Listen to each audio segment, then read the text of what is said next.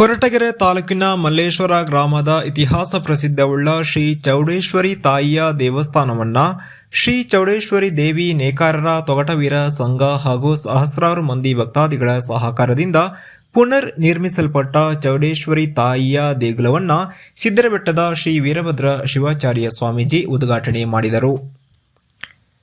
ಶ್ರೀ ವರದಾತಿ ಚೌಡೇಶ್ವರಿ ಅಮ್ಮನವರ ಪುನರ್ ಪ್ರತಿಷ್ಠಾಪನೆ ಹಿನ್ನೆಲೆಯಲ್ಲಿ ಮಲ್ಲೇಶ್ವರ ಗ್ರಾಮಸ್ಥರಲ್ಲಿ ಸಡಗರ ಸಂಭ್ರಮ ಮನೆ ತುಂಬಿತ್ತು.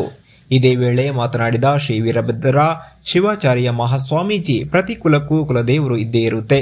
ನಮ್ಮ ಪೂರ್ವಿಕರು ಕುಲದೇವರ ಪೂಜೆಯನ್ನ ಸುಮ್ಮನೆ ಮಾಡಿಲ್ಲ. ಹಿಂದೂ ಧರ್ಮದಲ್ಲಿ ದೇವರ ಪ್ರಾರ್ಥನೆ ಪರಂಪರೆಯಾಗಿದೆ ಎಂದರು.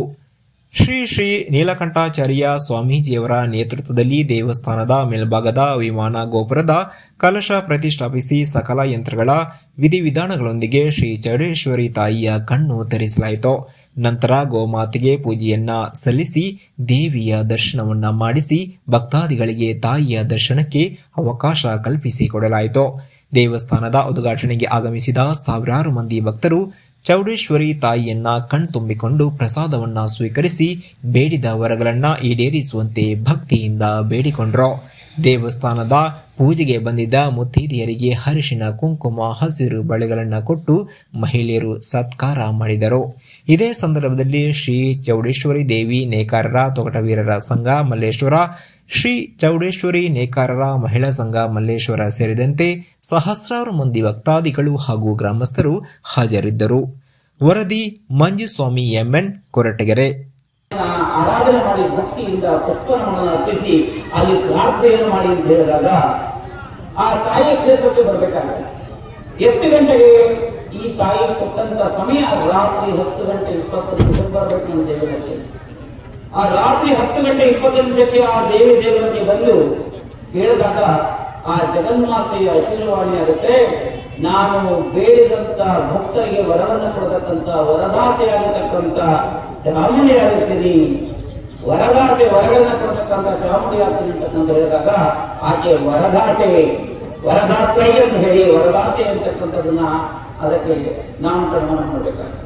ಆದ್ರೂ ವರವನ್ನು ಯಾವಾಗ ಕೊಟ್ಟರು ಅಂತಂದ್ರೆ ಬೆಳಗಿನ ಜಾವ 3:55ರಿಂದ 5:55 ದುರ್ಗ ಸಾಲಿಗ್ರಾಮ ಮತ್ತು ಜನಾಕರ್ಷಣೆಗೆ ಸುದರ್ಶನ ಸಾಲಿಗ್ರಾಮವನ್ನ ತಂದು 48 ದಿನಗಳ ಕಾಲ ಅನುಷ್ಠಾನವನ್ನು ಮಾಡಿ ನನ್ನ ಪೀಠದಲ್ಲಿ ಬಲಿಪ್ರದಾನವಾದಂತಹ ಪ್ರತಿಷ್ಠಾಪನೆಗಳನ್ನು ಮಾಡಿ ಆಗ ನಾನು ಲೋಕ ಕಲ್ಯಾಣಕ್ಕೆ ವರವನ್ನು ಕೊಡತಕ್ಕಂಥ ವರದಾತ್ರಿಯಾಗಿ ಬೆಳಿತೀನಿ, ಈ ಲೋಕವನ್ನು ಕಾಪಾಡ್ತೀನಿ, ಎಲ್ಲರನ್ನ ಅನುಗ್ರಹಿಸಿ ನನ್ನನ್ನು ಭಕ್ತರನ್ನ ಸಂತೈಸ್ತೀನಿ ಅಂತಕ್ಕಂಥ ಮಾತನ್ನ ಕೊಟ್ಟದ್ರಿಂದ ವರದಾತೆ ಅಂತಕ್ಕಂಥ ಆ ಪ್ರತೀತಿ ಅಂದ್ರೆ ಆ ಹೆಸರನ್ನ ನಾಮಕರಣ ಮಾಡಲಿಕ್ಕೆ ಅನುಗ್ರಹ ಆಯಿತು.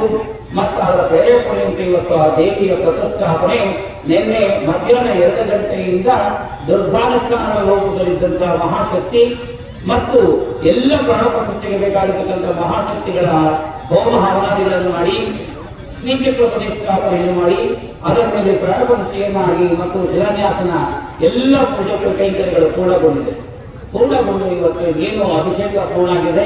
ಅಭಿಷೇಕ ಆದ ನಂತರ ಈಗ ನೇತ್ರೋನ್ಮಿಲನ ಮತ್ತು ದೃಷ್ಟಿ ಪರಿಹಾರವನ್ನು ಮಾಡಿ ಗ್ರಾಮಕ್ಕೆ ಆ ತಾಯಿಯ ಅನುಗ್ರಹವನ್ನು ಕೊಡಲಿಕ್ಕೆ ದೇವಿಯನ್ನು ಬೇಡಬೇಕು ಅಂತಕ್ಕಂಥದ್ದು ಎಲ್ಲ ಸಮಸ್ತ ಭಕ್ತರ ಒಂದು ಅಭಿಪ್ರಾಯ ಆಗಿರೋದ್ರಿಂದ ವೇದಿಕೆ ಪರವಾಗಿ ಹೃದಯಪೂರ್ವಕವಾದಂತಹ ಅಭಿನಂದನೆಗಳು.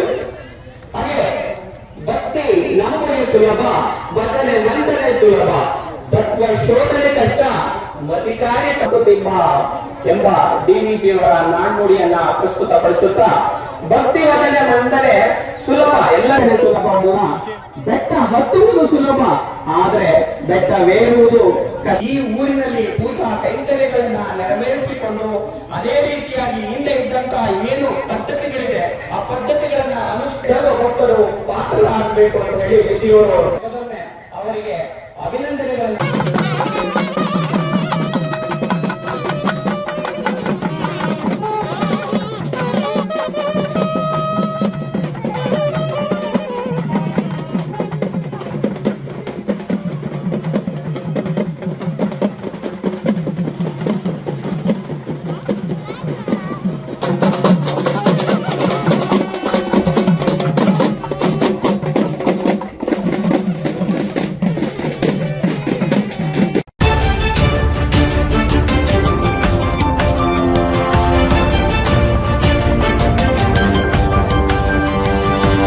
Audio Jungle.